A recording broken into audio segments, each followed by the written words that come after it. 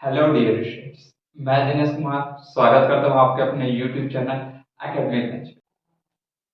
ठीक है dear students, अब हम पढ़ेंगे विद्युत धारा का तापीय प्रभाव, thermal effect of electric current. तो ये thermal effect of electric current तापीय प्रभाव क्या होता है? देखिए, जब मेरे पास एक क्या होता है, एक स्त्री है समझ लीजिए, है ना, प्रेस करते हैं जिसके आयरन, तो उस समय प्रेस करता हूं तो क्या निकलती है? ऊष्मा निकलती है ना, जिससे अपन प्रेस करते हैं, ताप जी, ताप वो प्रेस होता है। इसी प्रकार समझ लीजिए एक बल्ब है, तो बल्ब क्या करता है? ग्लो करता है ना, जलता है। जब मैं इसको पावर देता हूं सप्लाई, तो बल्ब जलने लगता है। तो बल्ब देखिए वो गर्म हो जाता है ना, गर्म हो जाता है। तो गर्म हो जाता है तो वो कैसा ऊष्मा निकलती है? ताप जी, मतलब क्या निकलती है? ऊष्मा। देखो, आप इसे इस तरह समझ सकते हैं, जैसे कि मेरे पास एक बल्ब है, ये बल्ब है,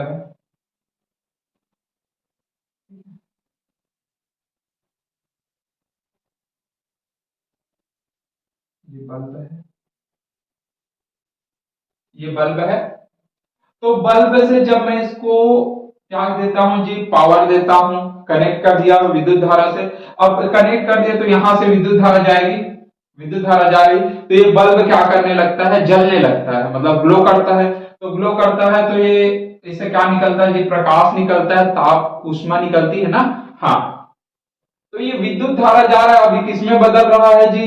ऊष्मा के रूप में बदल रहा है। तो विद्युतीय ऊर्जा किसमें बदल रहा है? ऊष्मीय ऊर्जा में बदल रहा है ना। हाँ, देखो, जब मैं बल्ब को कनेक्ट करता हूं और पावर ऑन करता हूं तो बल्ब जलने लगता है, तो बल्ब से क्या निकलती है? ऊष्मा। तो विद्युत ऊर्जा किसमें बदल रही है? ऊष्मीय ऊर्जा में बदल रही है ना।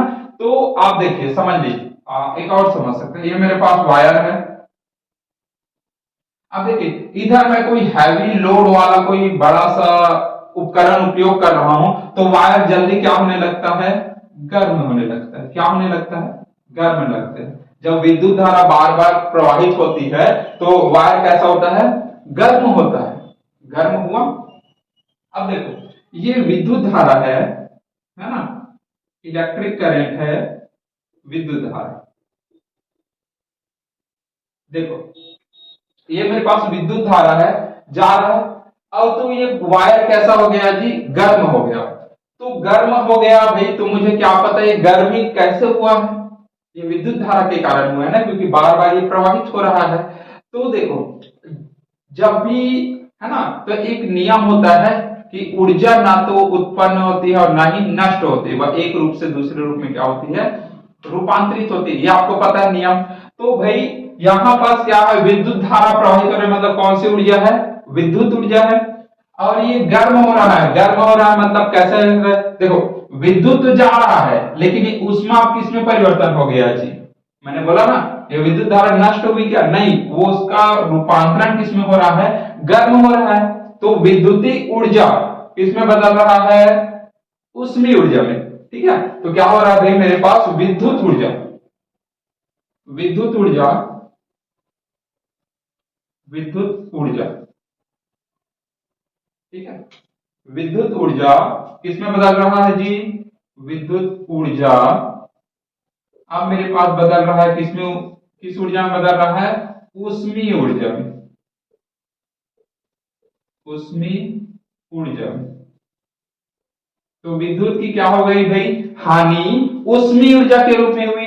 क्या बोला मैंने? विद्युतीय ऊर्जा की हानि ऊष्मीय ऊर्जा के रूप में हुई, है ना। तो इस प्रभाव को क्या कहा जाता है? ऊष्मीय प्रभाव। ऊष्मा निकल रहा है ना, इसी को बोला जाता है ऊष्मीय प्रभाव। समझ में आई बात है? चलो एक बार और देखो, जब विद्युत धारा प्रवाहित होती है तो क्या हो जाता है? वायर गर्म हो जाता है, मतलब कि विद्युतीय ऊर्जा किसमें बदल है? गर्म होना मतलब क्या? ऊष्मा निकलना। तो ऊष्मा निकलना मतलब क्या बोल सकता हूं मैं इसको? ऊष्मीय ऊर्जा। और मेरे को पता है कि ऊर्जा ना तो उत्पन्न होती है और ना ही नष्ट होती है, वह एक रूप से दूसरे रूप में रूपांतरित हो रहे थे। नष्ट हो रहा है क्या? ये ऊर्जा नहीं हो रहा है। विद्युत ऊर्जा किसमें बदल रहा है? ऊष्मीय ऊर्जा में। इसमें भी देखो, विद्युत धारा जाती थी तो किसमें बदलता था? ये ऊष्मा में। तो विद्युत ऊर्जा की हानि किसमें होती है? ऊष्मीय ऊर्जा के रूप में। तो इसी प्रभाव को कहा जाता है विद्युत धारा का ऊष्मीय प्रभाव। आई बात समझ में? क्लियर है? Clear students. अब हम पढ़ेंगे जूल का तापन नियम। ये जूल का तापन नियम क्या होता है? देखिए, विद्युत धारा का जो हमने अभी तापी प्रभाव पढ़ा है ना, जिसमें ऊष्मा निकलती थी, तो उसी ऊष्मा से ताप से संबंधित एक नियम दिया था। किसने? जूल ने, जिसे क्या कहा जाता है? जूल का तापन नियम। ये होता क्या है? चलो देखिए, मेरे पास एक परिपथ है, हाँ, तो परिपथ में एक प्रतिरोध है, धारा आई बह रही है, विभवांतर को मापने के लिए वोल्टमीटर लगा दिया, विद्युत धारा को मापने के लिए एम्पियर लगा दिया, और ये मेरे पास एक बैटरी। तो क्या होता है? देखिए, मान लेते हैं कि एक परिपथ है जिसमें प्रतिरोध R है, यहां से शुरू करेंगे। माना एक प्रतिरोध R है जिसमें कौन सी है ना, परिपथ है जिसमें कौन सी धारा बह रही है? धारा I प्रवाहित हो रहा है। तो विद्युत धारा I प्रवाहित हो रही है, और इसका विभवांतर क्या है? V है, जिसको मापने के लिए क्या लगा दिया गया है? वोल्टमीटर। और इसमें धारा बह रही है, उसको मापने के लिए अमीटर कर दिए हैं। देखिए, अमीटर का धनात्मक सिरा धनात्मक से, ऋणात्मक सिरा ऋणात्मक से, वोल्टमीटर का धनात्मक बैटरी के धनात्मक से, ऋणात्मक बैटरी के। अब देखिए, जब ये विद्युत परिपथ है तो इसमें मेरे को क्या ज्ञात करना है कि इसमें एक सिरे से दूसरे सिरे में जब हम जाते हैं तो उसमें से जो विभवांतर उत्पन्न होता है, तो उसमें से जो ऊष्मा निकलती है उसी का भी कैलकुलेशन करके, ठीक है? चलो देखते हैं। तो आई होप ये परिपथ आप लोगों को समझ आ गए, ठीक है? अब इसी पर डिस्कस करते हैं। तो मैं सपोज किया कि क्या कर लेता हूं कि एक परिपथ में विद्युत धारा आई कितने समय तक प्रवाहित होती है? t सेकंड तक।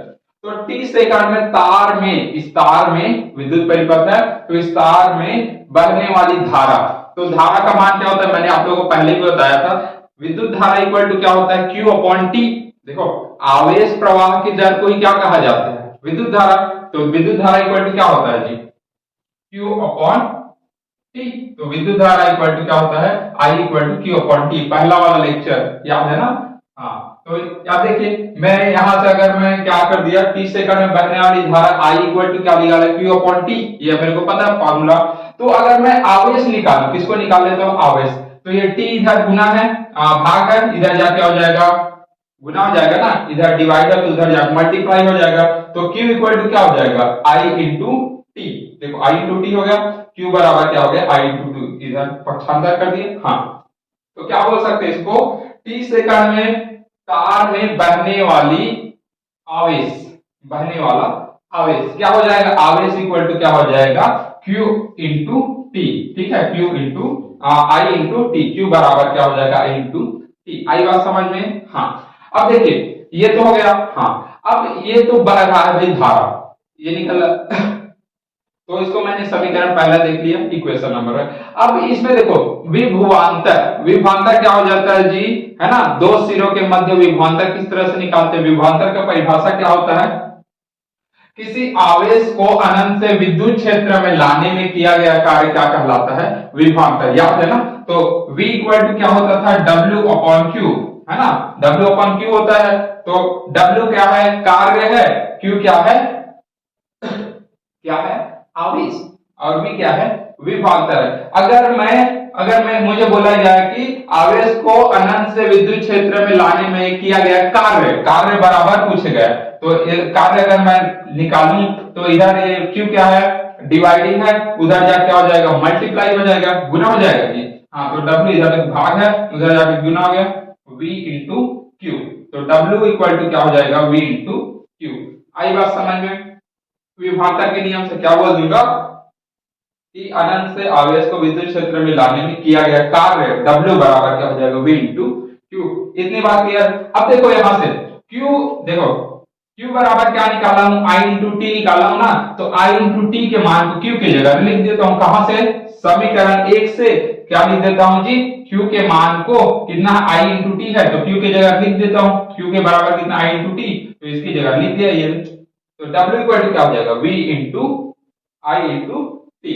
आई बात समझ में? तो इसको मैं दे देता हूं समीकरण सेकंड, ठीक है? इक्वेशन नंबर सेकंड हो गया ये वाला। हाँ, अब देखिए, इतना काम तो हो गया। अब देखो, प्रतिरोधक R में आवेश Q को, है ना, ये मेरे पास प्रतिरोधक है, तो कोई R है आवेश, ये तो विद्युत धारा प्रवाहित होती है भाई, तो एक सिरा मेरे पास सॉरी, तो एक सिरा ये है, दूसरा सिरा ये है।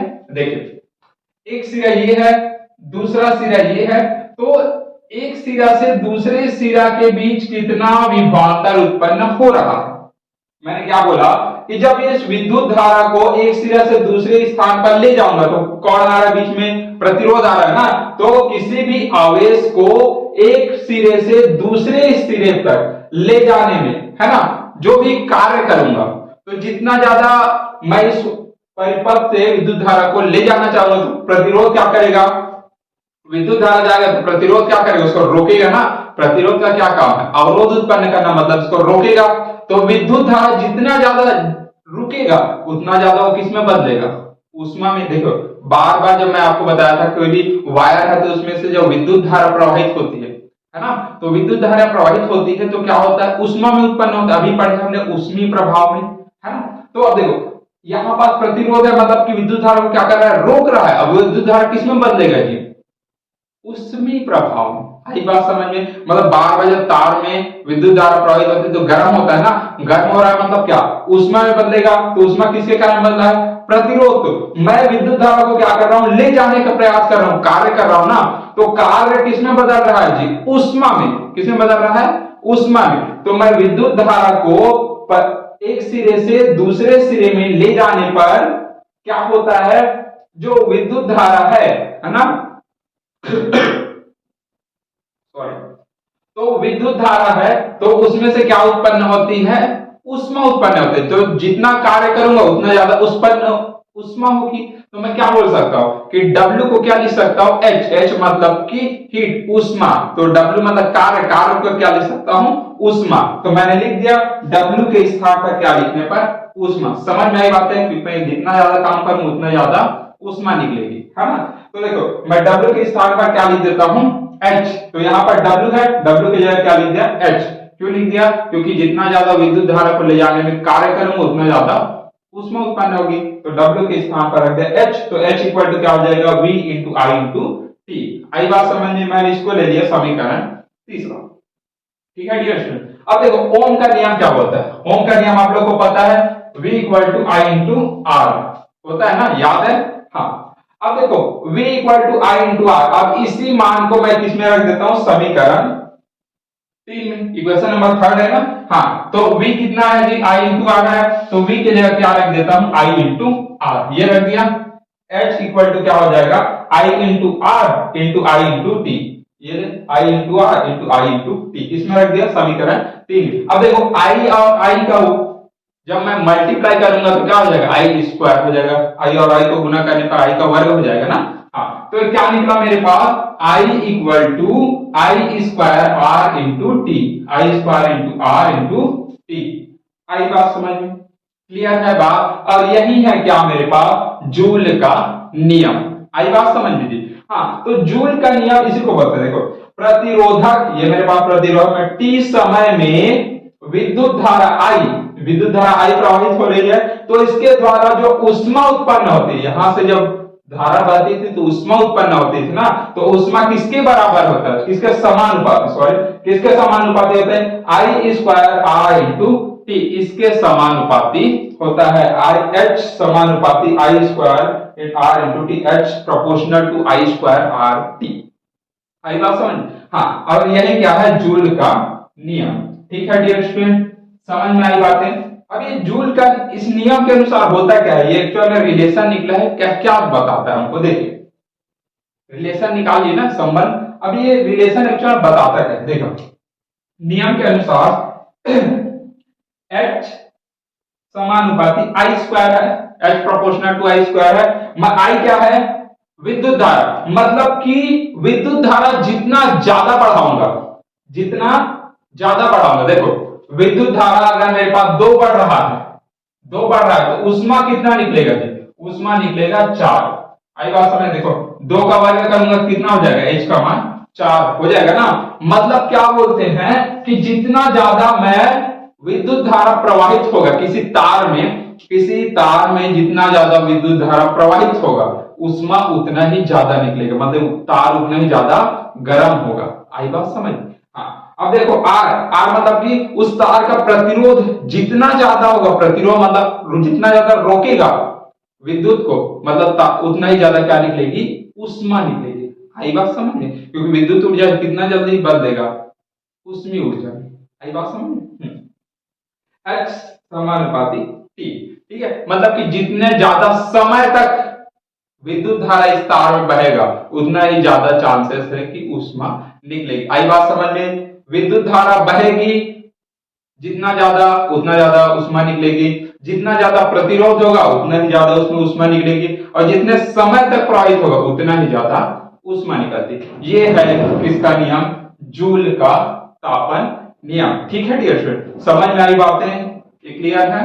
बड़े ठीक है डियर स्टूडेंट्स, अब हम पढ़ेंगे विद्युत शक्ति। विद्युत शक्ति क्या होता है? तो वो किसी परिपथ में, मान लीजिए कि कोई परिपथ है, तो उस परिपथ से विद्युत धारा प्रवाहित होती है, तो विद्युत ऊर्जा को जिस दर पर मतलब कि जिस दर मतलब जिस समय, तो जिस दर पर उस विद्युत ऊर्जा को अन्य ऊर्जा में, चाहे वो किसी भी प्रकार का, चाहे ऊष्मीय ऊर्जा हो, है ना, चाहे अन्य प्रकार का ऊर्जा, तो विद्युत ऊर्जा को जिस दर पर हम अन्य ऊर्जा में रूपांतरित करते हैं, परिवर्तित करते हैं, तो उसी को क्या कहा जाता है? विद्युत शक्ति। शक्ति क्या होता है? कार्य करने की दर को क्या कहा जाता है? शक्ति। तो किसका कार्य कर रहे हैं? विद्युत का, तो इसी को कहा जाता है विद्युत शक्ति। या फिर इसे आप और समझ सकते हैं, किसी भी विद्युत परिपथ में ऊर्जा हानि को ही क्या कहा जाता है?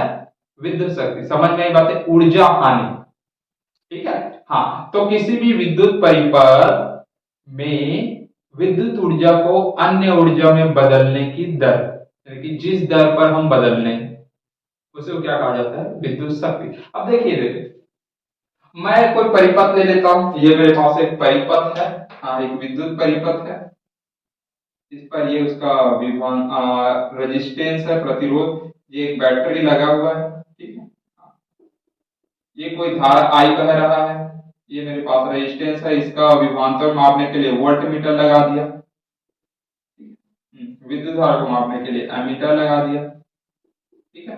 तो एक विद्युत परिपथ में कौन सा V वोल्ट का विभवांतर है जिसमें कोई धारा I प्रवाहित हो रही है, तो T सेकंड, अब देखिए जितना भी T सेकंड पश्चात विद्युत में कितनी हानि हो रही है, तो इसी को मैं क्या लिख सकता हूं? W equal to V into I into T। अभी निकाले थे जूल का नियम में, निकाले थे ना, W equal to V into I into T।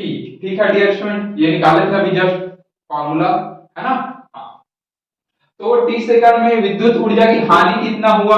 W equal to V into I into T। ठीक है डियर स्टूडेंट। हाँ, तो अब ये तो होगा विद्युत ऊर्जा हानि, तो एक सेकंड में हुई विद्युत ऊर्जा की हानि, एक सेकंड के लिए निकालूंगा, सेकंड मतलब क्या, समय ले रहा है ना, एक सेकंड, तो W अपॉन T, हानि की दर निकाल रहे हैं। हाँ, तो हानि क्या हो जाएगा? W अपॉन T, तो W का मान क्या है? V into I into T, तो W के जगह रख देते हैं V into I into T, और T क्या हो जाएगा? T कैंसिल हुआ, ये T और ये T कैंसिल, तो क्या बचा मेरे पास? V इंटू I बात समझ में? और यही क्या है मेरे पास? विद्युत शक्ति, V इंटू I बात समझ में? तो क्या लिख सकता हूँ? P, देखिए P W इंटू T हो गया, क्या बचा? V इंटू I, तो ये निकल गया मेरे पास क्या?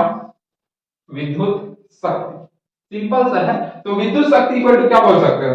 विद्युत शक्ति विभवांतर और विद्युत धारा के गुणनफल के बराबर होता है। ठीक है डियर स्टूडेंट, समझ में आई बातें? तो ये है हमारा विद्युत शक्ति है। तो विद्युत शक्ति का मात्रक क्या होता है जी? इसको मापा जाता है वॉट से, ठीक है। इसका मात्रक क्या होता है? वॉट, ठीक है। विद्युत शक्ति का मात्रक क्या होता है बोलेगा? मात्रक मतलब यूनिट, यूनिट क्या होता है? What, WAT, what. देखिए जब कि आपके घर में बल्ब आता है ना, तो बल्ब आपको कितना आता है? 200 100 वाट का देना जी, 100 वाट का बल्ब देना, वॉट बोलते हैं ना, वॉट, 60 वाट का बल्ब देना, वोल्ट भी आता है, वॉट करके दोनों लिखा रहता है। आप देखिए इतना वाट का, 5 वाट का, 15 वाट का, 10 वाट का, आपको वाट का बल्ब आता है ना। हाँ यही, ठीक है। तो वो एक्चुअल में किसको मापता है? उसकी शक्ति को मापता है। आई बात समझ? जितना ज्यादा वाट करेगा उतना ज्यादा लाइट देता है ना, उतना ज्यादा प्रकाश देता है, और बल्ब जी, हाँ, तो उसका वाट ज्यादा रहेगा तो ज्यादा, तो वही क्या है? विद्युत शक्ति है। ठीक है डियर फ्रेंड्स, अब हम देख लेते हैं कि हमारे घरों में जो बिजली का बिल आता है ना, तो वो किस प्रकार उसकी गणना होती है, काउंटिंग उसको कैसे करते हैं, जो बिजली का बिल हम लोग कैसे निर्धारित होता है, वो अभी पढ़ने वाले हैं। तो घरों में व्यय होने वाले विद्युत ऊर्जा की माप हेतु सूत्र, उसके लिए एक फॉर्मूला होता है। देखिए आप घर में देखना, आपका वो जो बिजली का बिल रहेगा ना, उसमें यूनिट लिखा रहता है कि एक यूनिट का इतना रुपया है, तो आपके घर में इतना यूनिट टोटल एक महीने का आपका उपयोग हुआ है, इसलिए आपका इतना हुआ। ये आप देखिए बिजली का बिल आपके पास आता है ना घर में, हाँ उसी का है। ठीक है, तो उसके लिए फॉर्मूला क्या होता है, व्यय विद्युत ऊर्जा, ये यूनिट है ना, यूनिट निकाल रहा है कि इतना यूनिट आपके घर में ऊर्जा एक महीने में खपत हुई है, इतनी यूनिट। ठीक है, हाँ। तो व्यय विद्युत ऊर्जा बराबर होता है विद्युत उपकरण की संख्या इंटू विद्युत उपकरण की शक्ति, और ये शक्ति वॉट में रहना चाहिए ना, वॉट में भी रहना चाहिए। समय, समय किसमें, घंटे में, और दिनों की संख्या, दिनों की संख्या मतलब महीनों के हिसाब से ना, महीने में, एक महीने में काउंटिंग होता है, तो आप किसी महीने में 28 दिन का है, 30 दिन का, 31 दिन का, वो तो महीने के हिसाब से, और पूरे के डिवाइडेड बाय कितना रहता है, 1000। ठीक है, तो ये है मेरे पास विद्युत उपकरण ऊर्जा। ठीक है, तो किस तरह से यूनिट निकलेगा। ठीक है, तो एक क्वेश्चन है मेरे पास। ठीक है, हाँ, क्वेश्चन ये है कि 40 वॉट के 4 बल्ब प्रतिदिन 5 घंटे चलाए जाते हैं, तो एक महीने बाद, है ना, तो उसकी जो बिजली बिल वो कितने रुपया आएगी, जब प्रति यूनिट 2 रुपये प्रति यूनिट है। मतलब कि एक यूनिट का कीमत कितना है, 2 रुपया है, ये गवर्नमेंट ने फिक्स कर दिया है कि एक यूनिट का बिजली का कीमत कितना है, 2 रुपया है। तो आपको काउंटिंग करना है कि आपके घर में इतना बल्ब जल रहा है, कितना बल्ब जलता है, 4 बार, 4 बल्ब जलता है। सपोज कर लेना है, क्वेश्चन है 60 वाट के 4 बल्ब 5 घंटे जलाए जाते हैं प्रतिदिन, तो आपको, है ना, उसकी काउंटिंग करना है कि कितना रुपया है। चलो देख लेते हैं। पहली बात, व्यय विद्युत ऊर्जा, विद्युत ऊर्जा बराबर निकाल देते हैं भाई यूनिट में ना, विद्युत ऊर्जा, विद्युत ऊर्जा। ठीक है डियर, हाँ, तो विद्युत ऊर्जा, सबसे पहले विद्युत उपकरण की संख्या, कितनी उपकरण है भाई, 4 ही तो बल्ब है ना, तो कितना हो जाएगा जी, 4, 4 हो गया। ठीक है, इंटू विद्युत उपकरण की शक्ति, शक्ति कितना है उसका, शक्ति मतलब कि क्या, वाट, कितना शक्ति, कितने वाट का है वो, 60 वाट का। ठीक है, हाँ 60 वाट का है, ये लगा दिए 60, इंटू समय, कितने समय तक चल रहा है जी वो डेली, 5 घंटे चल रहा है ना, हाँ घंटे में देखिए, सेकंड में दिया है तो घंटे में बदल देना, घंटे में दिया, कितने घंटे चल रहा है वो, 5 घंटे। और दिनों की संख्या, मैं मान लेता हूं कि 30 दिनों का महीना रहा है, 30 दिन कर लो जी, डिवाइडेड बाय कितना हो जाएगा, 1000 हो गया। चलो ठीक, डिवाइड मल्टीप्लाई कर लेते हैं, कितना हो जाएगा, चलो देख लेते हैं, है ना। तो एक शून्य कैंसर, हाँ एक शून्य कैंसर, और ये हो जाएगा 5, 2 10, और कितना हो गया, 2 2 4। ठीक है, कितना आया, 2 इंटू 6 इंटू 3, है ना, हाँ डिवाइडेड तो हो गया, कितना आ गया इसका मान, है ना, 2 6 36, मतलब कि एक महीने में इतना यूनिट आपका बिजली बिल, इतना आपके घर में यूनिट खपत हो रही है किसकी, बिजली की। ठीक है डियर स्टूडेंट, और एक यूनिट की कीमत कितना, ये तो यूनिट जला ना, इतना यूनिट आपके जला है, आपको बिजली बिल में देखेंगे यूनिट लिखा रहता है कितना यूनिट जला, तो आप एक यूनिट का कीमत कितना है जी, 2 रुपया, तो 36 यूनिट का कीमत कितना हो जाएगा, 36 यूनिट कितना हो जाएगा, 36 दूनी 72, कितना हो जाएगा, 72 रुपीज आपका आ जाएगा, इतना रुपया आपको पे करना पड़ेगा। ठीक है डियर स्टूडेंट, आई बात समझ में, क्लियर है। इसी तरह से आप और, ठीक है डियर स्टूडेंट्स, अब ये मेरे पास नेक्स्ट क्वेश्चन है कि एक घर में प्रतिदिन 50 वॉट के 5 बल्ब, है ना, 6 घंटे प्रतिदिन जलाए जाते हैं, तथा 100 वॉट के 2 पंखे 3 घंटे प्रतिदिन चलाए जाते हैं, तो, है ना, और क्या दिया है, 3 रुपए प्रति यूनिट बिजली का कीमत है। तो 3 रुपया प्रति यूनिट है, तो मुझे ज्ञात करना है कि उस बिजली बिल का मूल्य कितना रुपया होगा। ठीक है डियर स्टूडेंट, तो सबसे पहले देखो अलग अलग उपकरण है ना, तो अलग अलग उपकरणों के लिए हम अलग अलग उसका है ना क्या निकालते हैं, व्यय विद्युत ऊर्जा। देखो बल्ब है तो एक अलग उपकरण हो गया बल्ब, तो पहले बल्ब का निकाल लेंगे। उसी प्रकार देखिए पंखा है तो पंखा एक अलग उपकरण हो गया, तो पंखे का भी अलग निकाल लेंगे। तो इसी प्रकार दो उपकरण है तो दो अलग अलग निकाल लेते। चलो देखो पहले मैं क्या निकाल लेता हूं, व्यय विद्युत ऊर्जा। चलो देखो तो पहले पंखे के लिए ना, पंखे के लिए व्यय विद्युत ऊर्जा क्या हो जाएगा जी, पहले क्या आता है, सबसे पहले उपकरण की है ना, क्या होता है उपकरण, विद्युत उपकरण की संख्या, कितना संख्या है भैया 5 हो गया। हाँ फिर वो कितने वाट का है, 50 वाट का है, हो गया। कितने समय, समय घंटा में होता है ना, 6 घंटा जल रहा है सर। और दिन मैं मान लेता हूँ कि सपोज कर लेता हूँ कि 30 दिन का महीना है। हाँ तो समय कितना हो जाएगा, दिनों की संख्या 30। आगे बात समझ में, अपॉन कितना हो जाता है 1000 हो गया। हाँ चलो 1010 कैंसल आउट हो गया, 1010 ठीक है। 5 और 2 हो गया, 2 और ये 3 कितना आ गया जी, ये आया 5 क्रॉस 3 आ गया। चलो कितना हुआ जी 45 45। ये किसके लिए निकल के आया, पंखा के लिए विद्युत है ना, व्यय विद्युत ऊर्जा, पंखा के लिए, पंखा बोलता हूँ सॉरी, बल्ब के लिए है ना। तो ये किसके लिए निकाले हैं, बल्ब के लिए। ठीक है डियर स्टूडेंट, किसके लिए निकाले हैं, बल्ब के लिए। अब ये कितना यूनिट, बल्ब एक महीने में कितना यूनिट जल रहा है, 45 यूनिट मेरे पास एक महीने में बल्ब इतना यूनिट बिजली का खपत करता है। आई बात समझ में, इतना यूनिट बिजली वो जलता है। इसी प्रकार पंखा कितना यूनिट लेता है, कितना जलता है वो। ठीक है तो चलो पंखे के लिए निकाल देते हैं, पंखे के लिए व्यय विद्युत ऊर्जा, पंखे के लिए व्यय विद्युत ऊर्जा। तो उपकरण की संख्या, कितना उपकरण है, 2 पंखा है सर, तो 2 लगा दिए। कितने चल रहा है वो, कितने वाट का है, 100 वाट का है।